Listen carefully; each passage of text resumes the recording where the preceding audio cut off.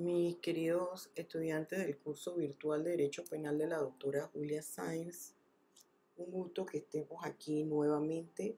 De igual manera, le envío un caluroso saludo a todos los estudiantes de Facultad de Derecho de distintas universidades aquí en Panamá y en el extranjero. Hay estudiantes de Argentina que se están incorporando, hay un estudiante de Canadá.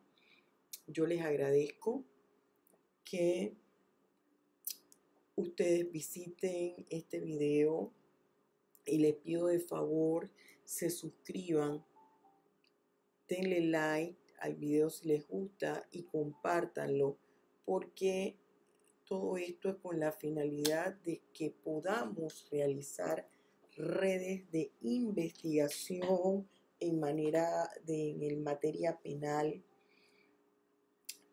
a futuro próximo. Bien, nosotros hoy vamos a seguir con el desarrollo de la acción o conducta ilícita como elemento constitutivo del delito. Nosotros dimos una primera parte de la acción estableciendo su marco conceptual, sus elementos y explicando la figura de la acción ilícita a través de cada una de las teorías penales que hay al respecto. Hoy, ahora, en esta parte del video o en esta parte del tutorial, vamos a explicar el nexo causal, la causalidad, es decir, lo que en realidad, el acto idóneo que en realidad trajo como consecuencia el resultado. ¿Qué resultado? La comisión de la figura delictiva. Eso es lo que implica o quiere decir la relación de causalidad. Es el nexo causal, es decir, ¿cuál fue la razón que trajo como consecuencia la comisión de la figura delictiva? Nosotros hemos traído a colación aquí 6 teorías para explicar esa relación de causalidad o ese nexo causal, o como se conoce comúnmente en todas las legislaciones o en la mayoría de las legislaciones en la mayoría de los países, el móvil. ¿Cuál fue el móvil del delito? Yo estoy tratando de advertir es cuál fue el nexo causal, cuál fue la relación de causalidad, a dónde yo me tengo que remitir para poder identificar ese nexo causal, esa relación de causalidad a la acción, a los actos idóneos que conformaron esa acción, a cuáles fueron de todos esos actos idóneos, cuál fue el detonante. Todo me lo dice mi conducta, mi acto idóneo. Me va a dar respuesta de qué fue en realidad lo que sucedió.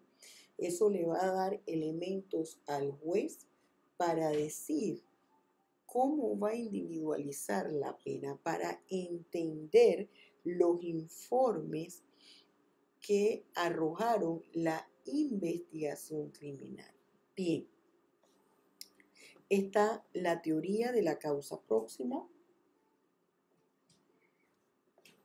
está la teoría de la causa eficiente o de la cualidad, la teoría de la equivalencia de causas o de la conditio sine qua non, la teoría de la causalidad adecuada, la teoría de la preponderancia y la teoría de la condición más eficaz. Empecemos con la teoría de la causa próxima. Vamos a leer rápidamente qué es lo que nos dice nuestra plantilla para explicarla y vamos a pasar lo que le explicamos un video para a través del video entender la explicación que le acabamos de dar o afianzarla más. Dice, una conducta es ocasionada por varias condiciones o situaciones, pero de todas ellas la última es la que ocasiona el resultado. Es decir, el agente, hay varias cosas que lo llaman a él o le dicen a él que hay que realizar una conducta delictiva. O no que le dicen, porque aquí estamos explicando tanto las acciones dolosas como las culposas. Porque dependiendo de cómo nosotros veamos que ocurrieron los actos idóneos que conforman la conducta ilícita, entonces nosotros vamos a determinar si ese resultado era el deseado o fue es decir, que el agente actuó con dolo o que fue un resultado no deseado y que el agente actuó con culpa o con imprudencia, es decir, sin intención. ¿Qué me dice la teoría de la causa próxima? Que yo tengo que ver entre todas las causas que rodearon esa conducta o de todos los actos idóneos que se llevaron, ¿cuál fue de ellos el que ocasionó, vamos a decir que el delito, o el que ocasionó la figura delictiva? Yo les pongo aquí como un ejemplo un homicidio. Y yo aquí les relato que una persona que decide matar a otra,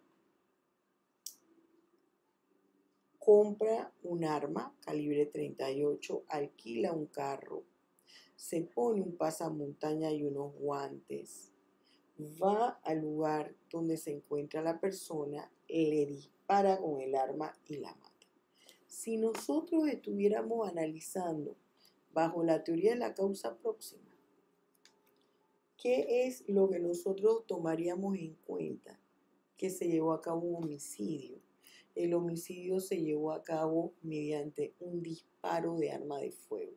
La causa próxima fue el disparo de arma de fuego, no fue que se alquiló el carro, que se compró el arma, que se compró un pasamontaña y unos guantes para ponérselo, para que no le cayera aquí los restos de la pólvora, nada de eso, sino el disparo del arma de fuego.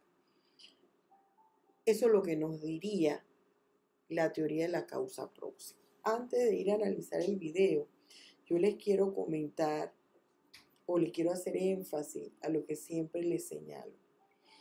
En materia del derecho y sobre todo del derecho penal, nosotros no podemos hablar tajantemente o encajar tajantemente un hecho a una escuela penal, a una teoría penal, a una situación en específico, ya que esa no es la vida real. La vida real no es así de perfecta. Convergen muchas situaciones y es válido opinar o que un juez o que un abogado o que un fiscal fundamente su postura tomando en consideración o tratando de, para tratar de explicar, tome aspectos de diferentes teorías, de diferentes escuelas para explicar la conducta. Otra cosa es para tipificar la conducta. Aquí nosotros estamos viendo la relación de causalidad. Estamos viendo por qué ocurrió el hecho. ¿Qué fue lo que desató el hecho? Eso es lo que me va a explicar a mí mi relación de causalidad. Esta relación de causalidad, analizarla bajo estas teorías, no me va a ayudar a identificar el tipo de figura delictiva. Ya el tipo de figura delictiva para aplicar estas teorías y determinar la relación de causalidad ya debió establecerse. Nos va a ayudar para determinar el nivel de responsabilidad del agente o sujeto activo en la comisión, en la realización, en el desarrollo del acto idóneo que conforma la conducta ilícita. Aquí el ejemplo, hubo un muerto. Aquí hay un homicidio, delito de homicidio. Lo cometió una persona con respecto a otra persona porque no ha podido ser un animal con respecto a la persona. Ya esa es una realidad. Ahora, para poder yo determinar el nivel de responsabilidad penal de ese señor A que decide matar al señor B y que efecto lo mata, yo tengo que entender cuál fue ese nexo causal que indujo al señor A. ¿Por qué? Porque puede ser que detrás del señor A hay un señor Z, o que no fue el señor A y fue el señor Z en que en realidad priva de la vida a esa persona. O sea, hay muchas situaciones que se pueden dar y que varían, van a incidir en variar el nivel de responsabilidad de la gente. Si nosotros nos vamos a este video, el caso del señor Floyd, y ustedes lo van a poder repetir, aquí está en CNN, está colgado en el canal YouTube de CNN. Fíjese, vamos a verlo un minuto. Please, please let me stand. Please, why they breathe, man? Please, please let me stand. Please, about to die this thing. Relax. Fíjese la rodilla de la persona en el cuello del señor Floyd. I can't breathe. Y vamos a ver lo que ocurre antes. His whole nose.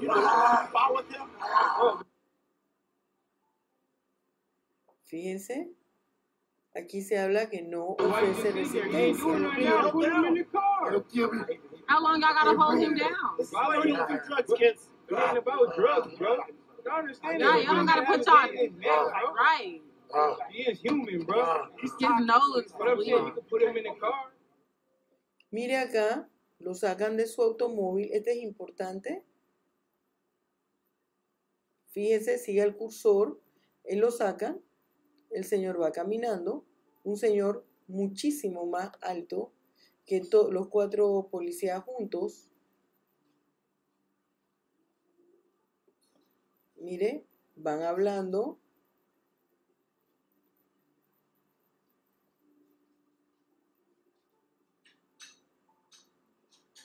Ajá. Llevan al señor. Bro. That's bro. You stopping his breathing right there, bro. Okay, he's talking. He's talking. Bro, but you can get him off the ground.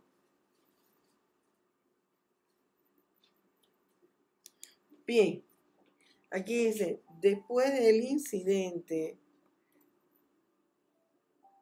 el señor Floyd es declarado muerto en un hospital después del incidente. Si yo me voy a analizar esto, tomando en consideración la teoría de la causa próxima, habría que analizar si el señor Floyd, la lesión que le ocasiona el policía colocándole la rodilla sobre el cuello, le obstaculiza la respiración y le trae como consecuencia que el señor muera de asfixia.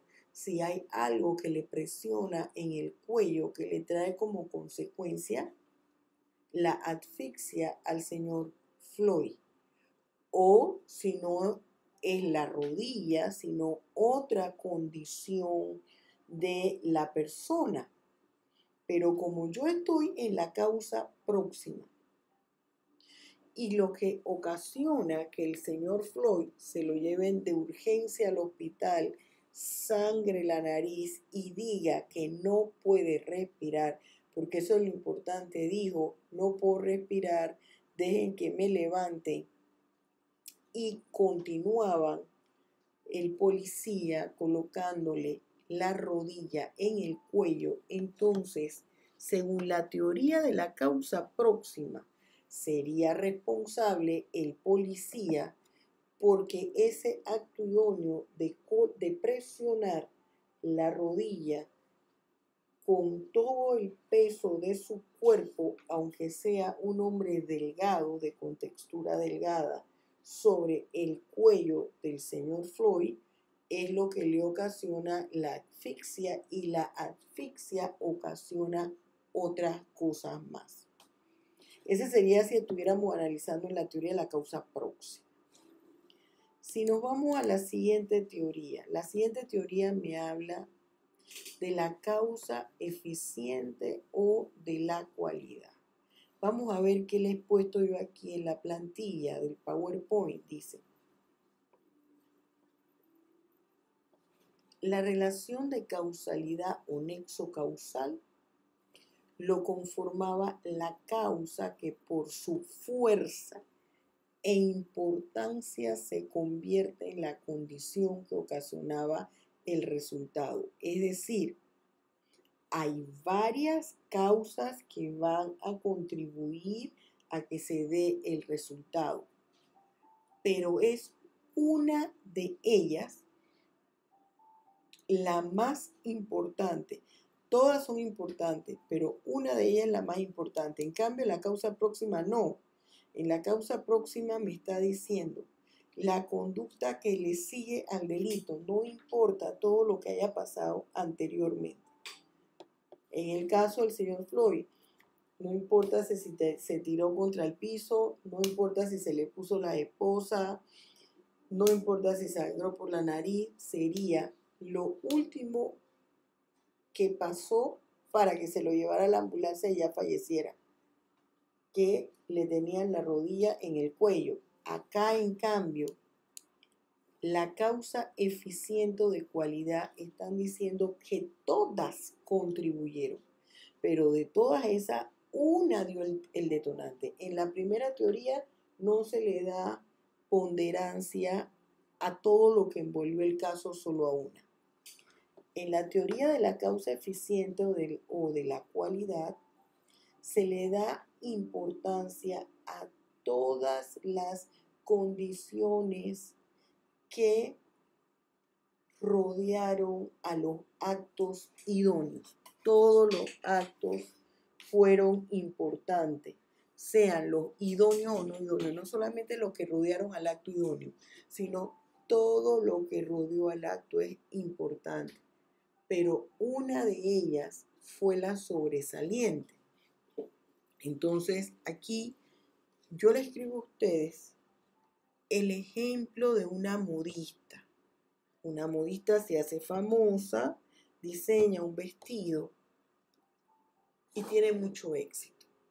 Claro que el éxito de ese vestido va a tomar en cuenta los elementos que se van a tomar en cuenta para que este vestido haya tenido tanta fama. Está el diseño, que es producto del talento de la modista. Está la tela y está la máquina de coser. Las tres cosas. Pero de esas tres cosas, hay una que es la fundamental, el corte de tela. ¿Por qué? Porque usted puede tener un excelente diseño, una excelente máquina, pero tiene una tela muy bonita que está vieja y que toda se deshilacha. Y toda, cuando pasa la máquina, parece que se muerde, pero es la misma tela de baja calidad. Entonces sería aquí la causa eficiente, o de la cualidad, sería la del corte de tela. Si nosotros nos volvemos aquí a el caso del señor Floyd, vamos a regresarlo. Mire aquí. Drugs, kids. It ain't about drugs, bro. Y'all don't gotta put una y'all presión right.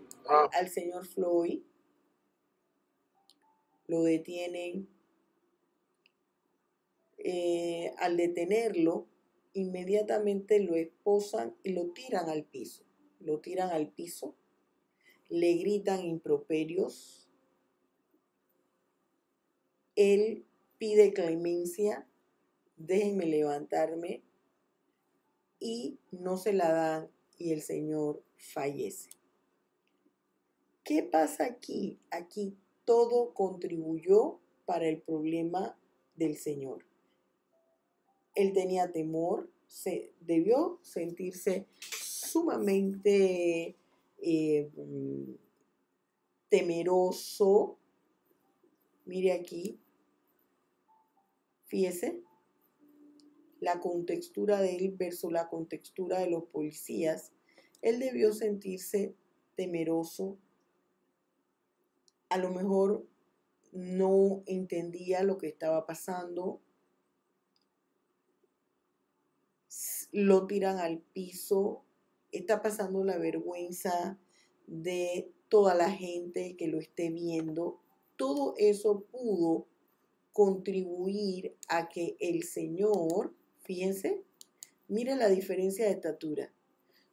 Todo pudo contribuir a que el señor se alterara, que el señor le pudo dar un ataque de asma, le pudo dar un ataque de pánico, le pudo se pudo asfixiar. Esa asfixia pudo ser como consecuencia de un ataque de pánico que le dio en el momento, más que la misma presión que le estuviese dando, ocasionando el policía con la rodilla. Estamos viendo que es un hombre mucho más delgado, de una contextura menor, más bajo de estatura. Entonces, todas esas situaciones contribuye el ataque de pánico y la presión que hace el policía con respecto a su rodilla y el cuello. Pero de esa, ¿cuál tuvo que haber sido el detonante? La presión de la rodilla en el cuello por parte del agente a el señor Floyd. Porque a lo mejor si él lo levanta, si le dice levántese, y ya lo tenían esposado, es decir, que ya estaba sometido, no iba a tener la misma habilidad para correr. Él se controla un poco y el estado de pánico o el ataque de pánico le hubiese disminuido. Entonces quiere decir que de todas esas que eran eficientes para eso, que le iban a conducir a la muerte, el detonante fue la rodilla sobre el cuello del señor Floyd. Seguimos con la siguiente teoría. La siguiente teoría habla de la equivalencia de causas o de la conditio sine qua non. Aquí hay algo especial en esta teoría, porque esta teoría me califica inmediatamente la acción, me hace una calificación, me da un calificativo del nexo de causalidad, es decir, que hubo una intención en la conducta de la persona. Ahí había un deseo de que el sujeto activo realizara la acción, realizara el delito. Entonces dice que esta teoría considera que el resultado es producto de la suma de un conjunto de causas, pero una de ellas es la que tiene la característica de sine qua non, es decir, la que posee el elemento dolo para ocasionar el resultado. ¿Cuál sería en el caso del señor George Floyd? Y'all don't gotta put y'all right. La investigación que la que me diga, mire, aquí lo están sacando, aquí lo van a sacar del auto, rodean el auto, uno lo rodea, el otro sale, Fíjese la estatura de ellos versus la estatura del señor Floyd. Lo someten, él está hablando algo, llevan al señor Floyd entre dos y llegamos aquí. ¿Qué es lo que me diría aquí? ¿Qué me podría determinar que en realidad no hubo culpa sino dolo? Y aquí me dicen que es el resultado producto de muchas causas, muchas condiciones o actos idóneos, que además que el Señor tuviese una mayor contextura física que obligaba a que todos contribuyeran a someterlo, además que al Señor le hubiesen puesto las esposas, le hubieran tirado el piso, estuviese sangrando por la nariz, el oficial que le estaba poniendo la rodilla en el cuello no atendiese a la súplica de no puedo respirar, permiten que me levante, haya sido que él fuera una persona violenta, que no sabe controlar las situaciones, y dos, que él sintiese deseos discriminatorios hacia personas de etnias diferentes a la de él, personas de raza negra, personas de la etnia negra, y que las considerara de menos categoría. Entonces, eso, aunado a todo lo demás, ya no me indica que actuó con culpa, sino que actuó con dolo, sumando. Por eso se habla de la teoría de la equivalencia de causas. Todas contribuyen en la misma proporción a que la gente realice la acción. Pasamos acá a la teoría de la causalidad adecuada. La teoría de la causalidad adecuada me dice lo siguiente. Dice, solo debe buscarse entre las causas viables lo que motivó el resultado. Y aquí me están diciendo que hay varias causas que pudieron inducir a la persona a cometer un resultado determinado. Pero es una de ellas, en realidad, la que dio el detonante o la que más se adecua. Dice, solo debe buscarse entre las causas viables lo que motivó el resultado. Es decir, existen causas típicas, pero dentro de las cuales se debe escoger la más apropiada. Y yo pongo aquí el ejemplo del aborto. El aborto puede ser ocasionado por razones de salud de la madre, de salud del neonato o por violación carnal. O una cuarta, yo le escribo aquí, por temor a que la sociedad se entere que estaba embarazada.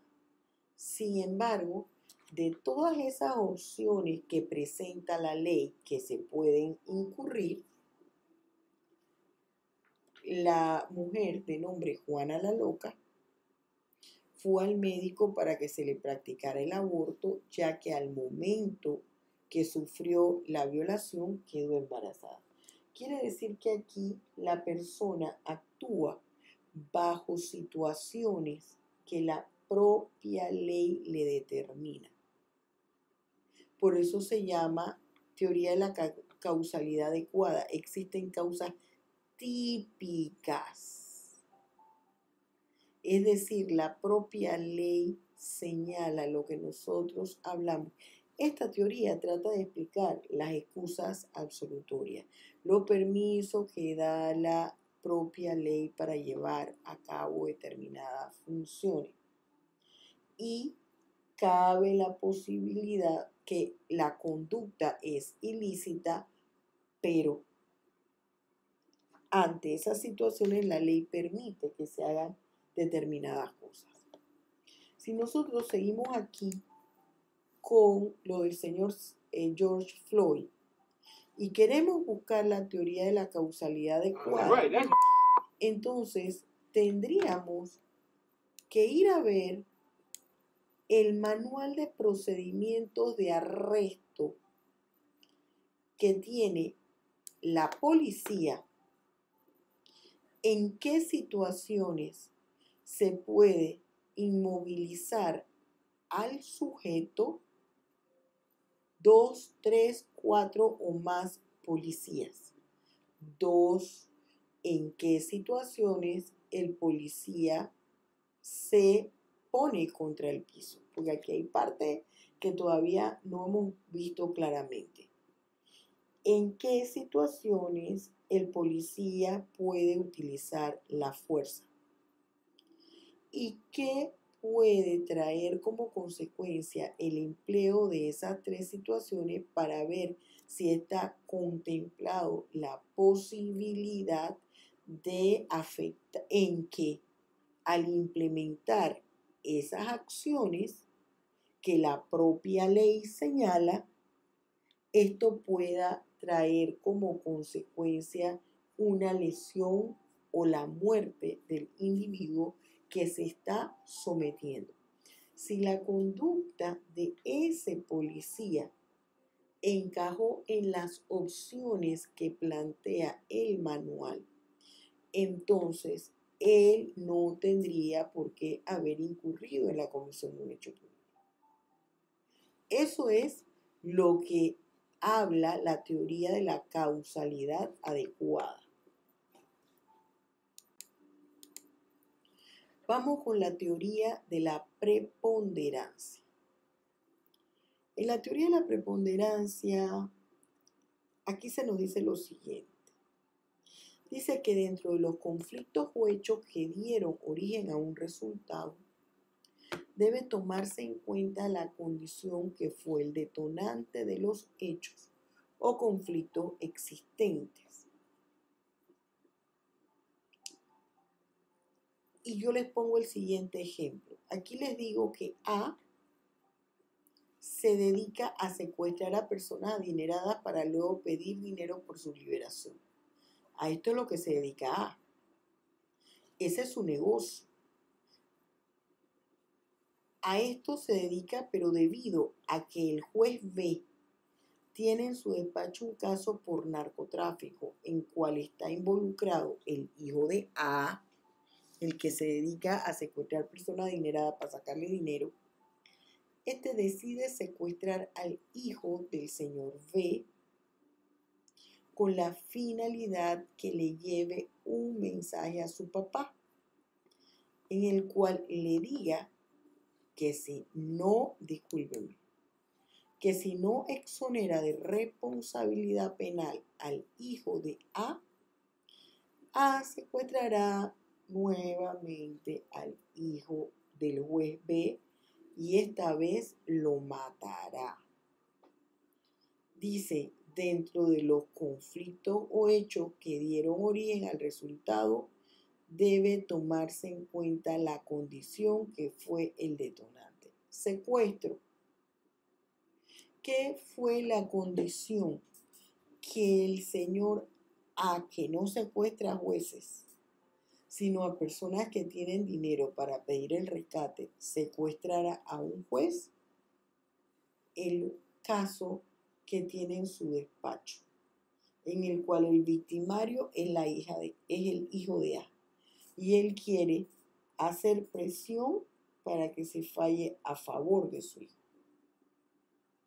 Ya A cometió una figura delictiva, ya A cometió una conducta que no era correcta y una conducta que le va a llevar a agravante según la legislación penal panameña, porque se le está secuestrando a un hijo, a un familiar dentro del 4º grado de consanguinidad, que es un pariente cercano, para obtener un beneficio a cambio. Si yo me fuera a otro video que vamos a analizar,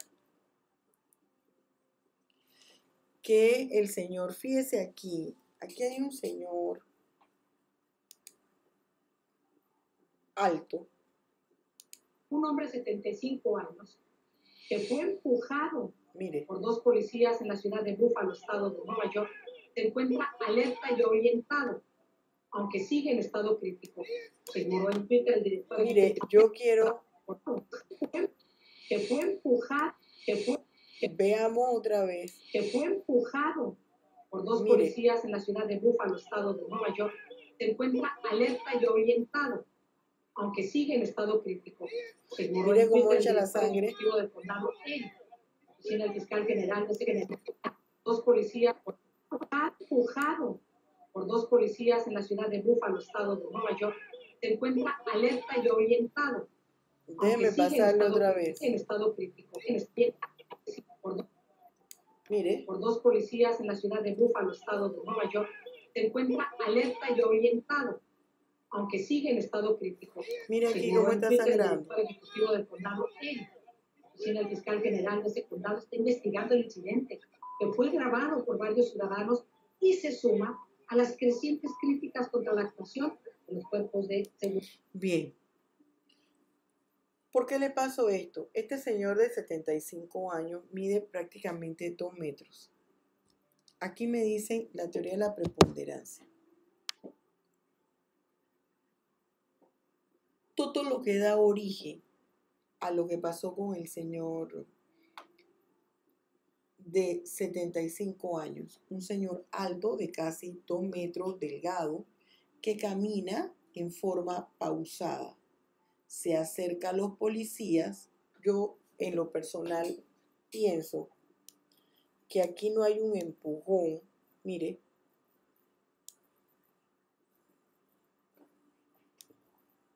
pienso que el señor trastabilló. Vamos a verlo nuevamente. Ciudad de Buffalo, estado de Nueva York, Fíjese. se encuentra alerta y orientado, aunque sigue en estado crítico. Aseguró en Twitter el director ejecutivo del condado en ¿Qué sucede? Yo tengo que ver todos los conflictos o todos los hechos que habían alrededor. Hay una manifestación, va la policía ya tiene temor, están molestos, preocupados. Hay 4 policías de otro lugar, pero policía, destituidos con procesos penales pendientes. Están viendo la presión que la ciudadanía está ejerciendo sobre ellos. Están ahí en una manifestación. El señor de 75 años le sale al paso. Me da la impresión que el policía lo que trata de decirle es hágase para allá, pero ya el caminar del señor es lento. El señor se trastabilla, porque él trastabilló allí, quiere decir que pierde el equilibrio, se cae, se golpea y sangra. Eso le ocasiona una fuerte lesión. Si tuviéramos que determinar aquí la causalidad, tomando en cuenta la teoría de la preponderancia, aquí entonces nosotros deberíamos entender que esta conducta con este otro ejemplo fue una conducta culposa y no dolosa. Acá acabamos de interpretar con este ejemplo del secuestro al juez la conducta dolosa.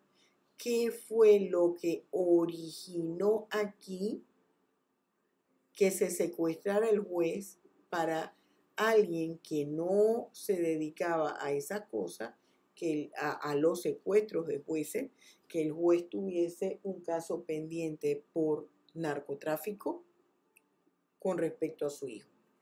Acá, ¿qué fue lo que detonó que ese policía a lo mejor en otras circunstancias se hubiera detenido y le hubiera dicho, señor, mire, hágase a un lado que puede ocasionarnos a nosotros un problema y ocasionarle a usted un problema?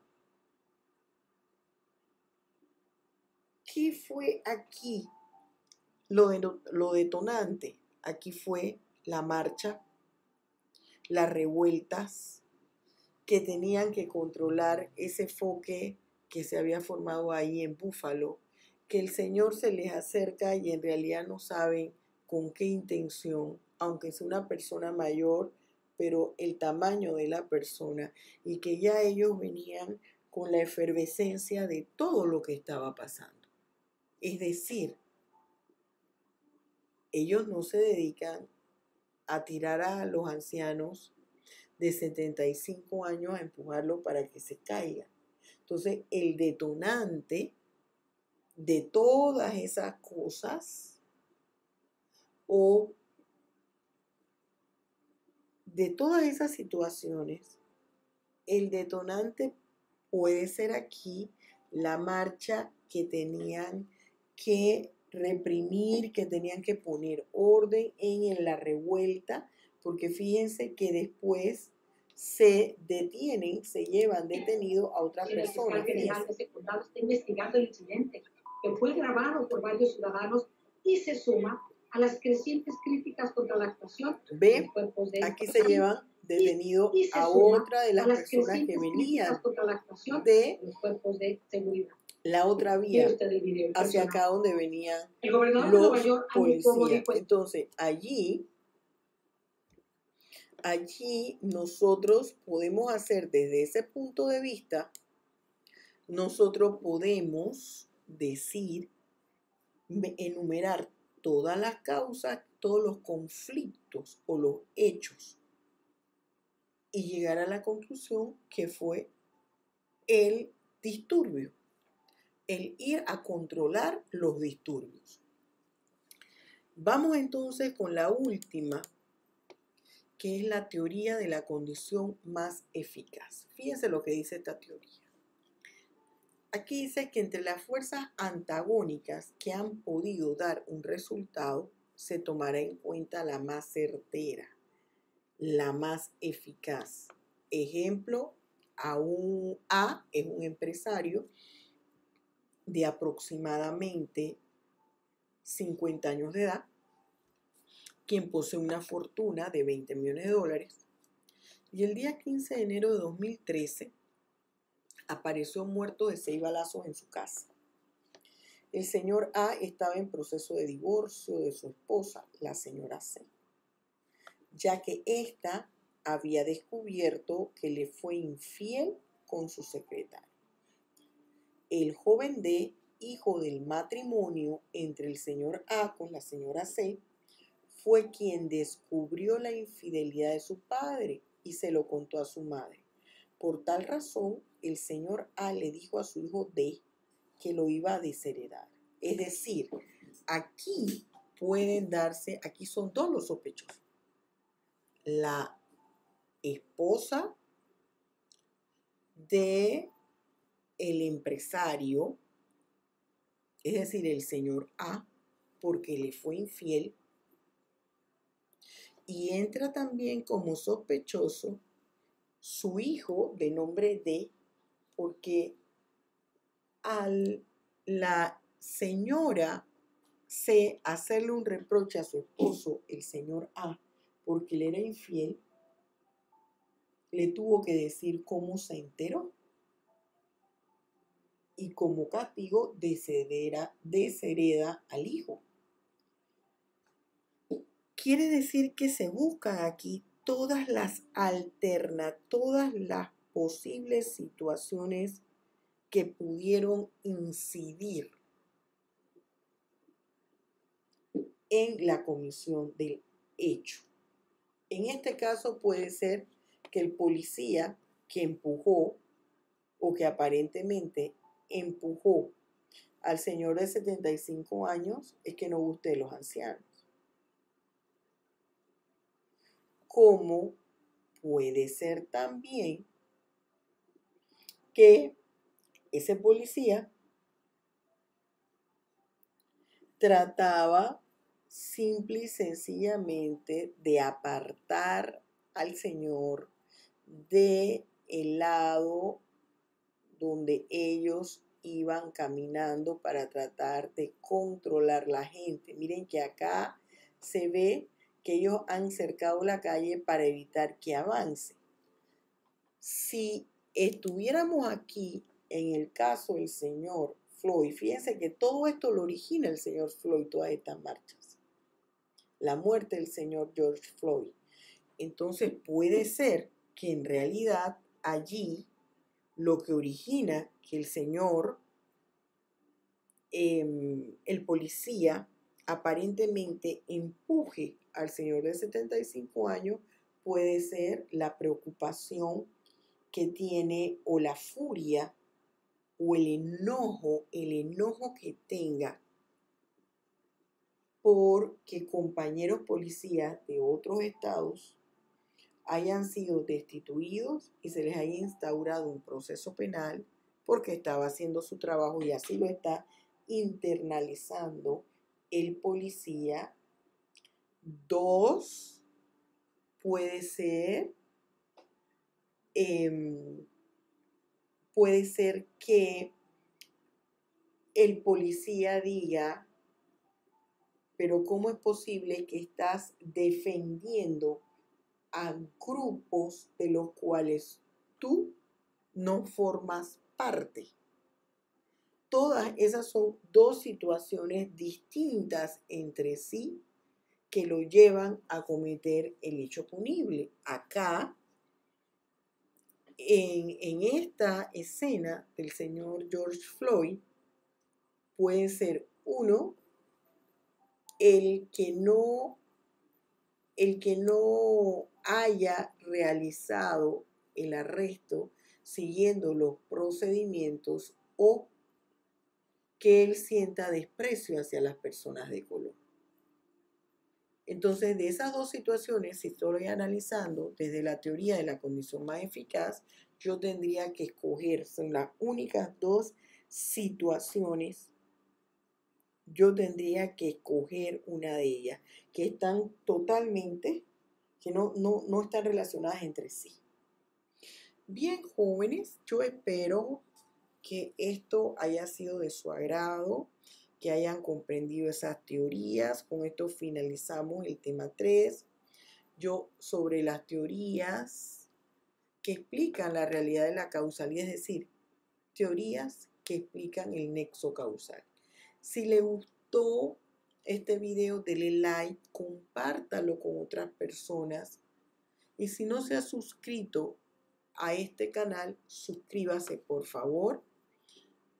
Cualquier comentario me lo dejan saber en la sección estipulada para ellos del audio, del video. Nos vemos pronto, Dios los bendiga.